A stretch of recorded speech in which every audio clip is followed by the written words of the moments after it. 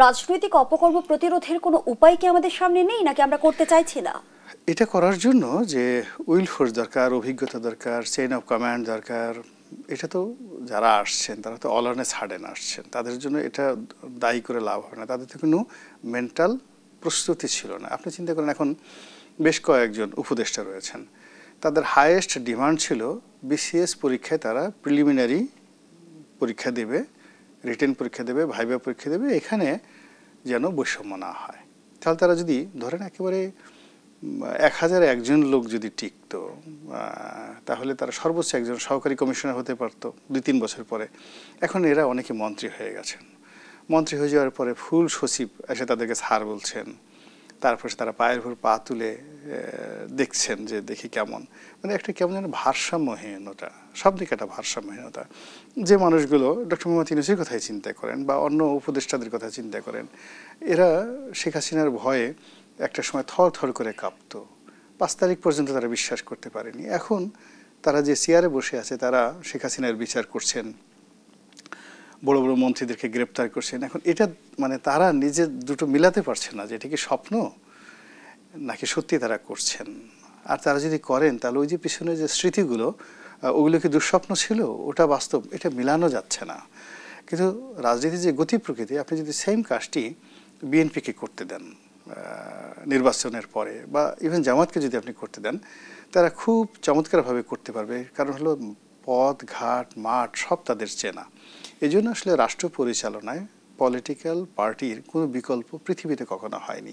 বিকল্প না হয় না হলো, কিন্তু নির্বাচিত সরকার কি রাজনৈতিক সংস্কৃতির পরিবর্তন করতে পারবে, নাকি সেখানে আমরা দেখবো চেহারা বদল হচ্ছে শুধু?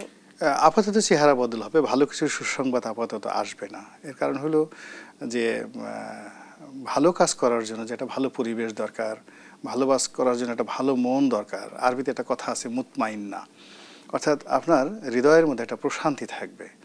তো সেই প্রশান্তি যখন থাকবে, তো তখন আপনি ভালো ভালো চিন্তা করবেন, ভালো ভালো কাজ করবেন। এখন তো আসলে কারোর হৃদয়ে প্রশান্তি নেই। তারা অতীতের কথা যদি চিন্তা করে, তাদের মনে হয় যে এই আমাদেরকে মেরেছিল, আমাদের ঠ্যাং ভেঙে দিয়েছে, এখানে লুলা করে দিয়েছে, মানে মানে হাড্ডি ভেঙে দিয়েছে, গুঁড়া গুঁড়া করে দিয়েছে। আপনি দেখেন যে একটা যাকে বলা হয় অডিও ভাইরাল হয়েছে, তো সেখানে একজন আরেকজনকে বলছে যে দাও ওর হাড্ডিগুলো গুঁড়া গুঁড়া করে দাও। মানে এগুলো হলো যে ওই যে তার হাড্ডি গুঁড়ে গুঁড়ে করে দেওয়ার যে ভয় আতঙ্ক, এটাই সে কিন্তু বলে ফেলছে। তো যার জন্য অশান্ত হৃদয়, অস্থির চিত্ত সকল মানুষের অতীতকে স্মরণ করলে।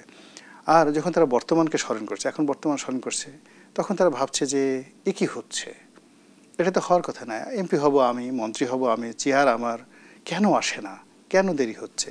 এমপি মন্ত্রীর যে হিসেব নিকেশ সমীকরণগুলো, সেটিও কি সঠিকভাবে করা হয়, নাকি নির্বাচনে তাকেই মনোনয়ন দেওয়া হয় যার টাকা আছে? ওটা তো মানে যখন অন্যান্য সময়, এইবার তো সেটাও সুযোগ হবে না। কার টাকা আছে, কার টাকা নেই, কে নির্বাচন করবে, কে করবে না, মানে দল মনোনয়ন দিলেই যে মানে মানে না মানে প্রার্থী নির্বাচন করবে এরকম দল ধরে আছে যে ওকে বোধ হয় নমিনেশন দিলেই সে নির্বাচন করবে। অনেক প্রার্থী আছে নমিনেশনে পাওয়ার পরে সে নির্বাচন করবে। কেন করবে না? বিকজ যারা একটু আত্মমর্যাদা বোধ আছে, সম্মান বোধ আছে, যারা জানে যে নির্বাচনের মাঠটা কোন পর্যায়ে আছে, তারা জানে যে এখানে পা দেওয়া মানে একেবারে গোখরা সাপের মধ্যে, মানে ফনাতলা গোখরা সাপের মধ্যে হাত ঢুকিয়ে দেওয়া। তাহলে এবার কি মনোনয়ন বাণিজ্যের তেমন সুযোগ আপনি দেখছেন? না না, মনোনয়ন বাণিজ্য অতীতের যে কোনো সময়ের চাইতে অনেক বেশি। অর্থাৎ যেমন দেখা গেল যারা সত্যিকার অর্থে একটা দলকে চালাতে পারে, রাষ্ট্রকে চালাতে পারে, সরকারকে চালাতে পারে, এইরকম প্রাজ্ঞ যারা লোকজন আছেন, অনেকে ইন্টারেস্টেড হবেন না নির্বাচন করার জন্য। এইটা হলো প্রথম সমস্যা।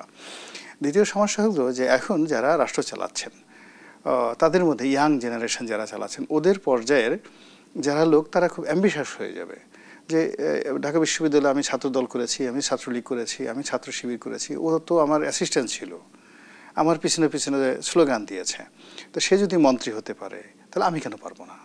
তো এইভাবে আসলে দেখা যাচ্ছে যে সমন্বয়কদের মধ্যে যারা মন্ত্রী হয়েছে বা মন্ত্রী হতে চায়, তাদের সংখ্যা হয়তো 50 জন বা 25 জন, কিন্তু বিএনপিতে তো আছে 50,000, ওই পর্যায়ের লোক আছে 50,000। এখন তারা সবাই যদি মন্ত্রী হতে চায়, এমপি হতে চায়, এবং আলটিমেটলি এই গত 1 বছরে তাদের অনেকের হাতে টাকা চলে এসছে, যথেষ্ট পরিমাণ টাকা পয়সা তাদের হাতে চলে এসছে। রাতারাতি কিভাবে চলে এলো? রাতারাতি চলে এলো যে ওই যে একটা বললাম না যে যে ভান্ডারগুলো ছিল, মানে একেবারে রেডি ইনকাম, যেটা 15 বছর ধরে আওয়ামী লীগ দাঁড় করাইছিল যে এই টেম্পো স্ট্যান্ডে প্রতি মাসে এত আসবে। তো এটা তো প্রথম আসেনি, আজ থেকে 15 বছরের আগে হয়তো একটা টেম্পো স্ট্যান্ডের ইনকাম ছিল ধরুন 1000 টাকা, কিন্তু 2025 সনে সেটার ইনকাম হয়ে গেছে 50,000 টাকা। 15 বছর আগে গুলিস্তানে একটা দোকান যদি কেউ বসাতো, দৈনিক চাঁদা ছিল 50 টাকা, এখন দৈনিক চাঁদা হয়ে গেছে 500 টাকা। তাহলে এখন এই কাজটা যারা করছে বন্ধ হয়নি। আগে যেখানে গুলিস্তান বলেন, এই যে ফুটপাতে বলেন 10টা দোকান ছিল, এখন গিয়ে দেখেন 10টা দোকানের জায়গায় 20টা দোকান হয়ে গেছে। রাজনীতিকে যদি টাকা বানানোর মেশিনে পরিণত হয়, সেই রাজনীতি দিয়ে জনকল্যাণটা কিভাবে হবে? জনকল্যাণের কথা আপনি এখানে আনছেন কেন?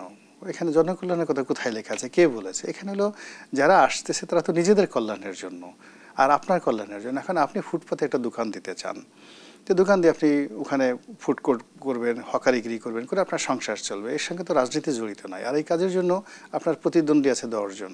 এই জন্য আপনি একজন মবকারীকে ধরলেন, মাস্তানকে ধরলেন, এবং এখানে নিলামে উঠলো। নিলামে ওঠার পরে আপনার প্রতিদ্বন্দ্বী 10,000 টাকা দিতে চাইলে ঘুষ, আপনি সেখানে 50,000 টাকা গহনা টহনা বিক্রি করে বলেন যে আমার এটা দরকার, ফলে আপনাকে ফুটপাতের যে কোনো জায়গায় মাস্তান বসায় দিয়ে গেল। আপনি সারাদিন বসে বেচা কিনা করেন, করার পর সন্ধ্যার সময় এসে মাস্তান 1000 টাকা নিয়ে যায়। এটা তো লেনা দেনা between you and him or her. এখানে আপনি রাজনীতি দেখেন কোথায়? এখানে কল্যাণ হচ্ছে আপনার আর তার কল্যাণ হচ্ছে। আপনি অনেক প্রতিদ্বন্দ্বীকে বাদ দিয়ে, 10 জনকে বাদ দিয়ে যে আপনাকে ওই মাস্তান বসাইছে, এই জন্য তো ইউ শুড বি মানে গ্রেটফুল। আপনার তো জনকল্যাণ রাজনীতি থেকে সরে গেছে বলেই কি রাজনীতি তো চলে গেছে ব্যবসায়ীদের দখলে? এখন কোন ব্যবসায়ী তো রাজনীতি করছে না। কোন ব্যবসায়ী রাজনীতি করছে? বিগত সময় আমরা যেমনটি দেখেছিলাম। না, বিগত সেটা হলো তারা কিছু মানুষ এটাকে ব্যবহার করে ব্যবসা করার চেষ্টা করেছে। ব্যবসায়ীরা তো রাজনীতি করে না কখনো। কোনো ব্যবসায়ী জেনুইন যারা ব্যবসায়ী রাজনীতি করে, আর এখন তো বাংলাদেশে কোনো ব্যবসা বাণিজ্য নেই। সত্যিকার অর্থে যারা ব্যবসায়ী আছেন, ব্যাংক থেকে লোন ঠোন নিয়ে মোটামুটি খুব সুস্থ আছেন, সবল আছেন, আমি তো এরকম কোনো ব্যবসায়ীকে দেখিনি। সবার মধ্যে একটা হাহাকার, কেউ ব্যাংকের দেনা দিতে পারছে না, কেউ স্টাফ স্যালারি দিতে পারছে না, কেউ ব্যবসা বাণিজ্য হচ্ছে না। তো এখানে জান বাঁচছে না, সে রাজনীতি করবে কি? রাজনীতি এখন ওই যারা মাস্তানি করতে পারছে, চাঁদাবাজি করতে পারছে, প্রচুর ইনকাম করতে পারছে, তাদের হাতেই পুরো রাজনীতির যে চাকাটা রয়েছে, নিয়ন্ত্রণটা রয়েছে।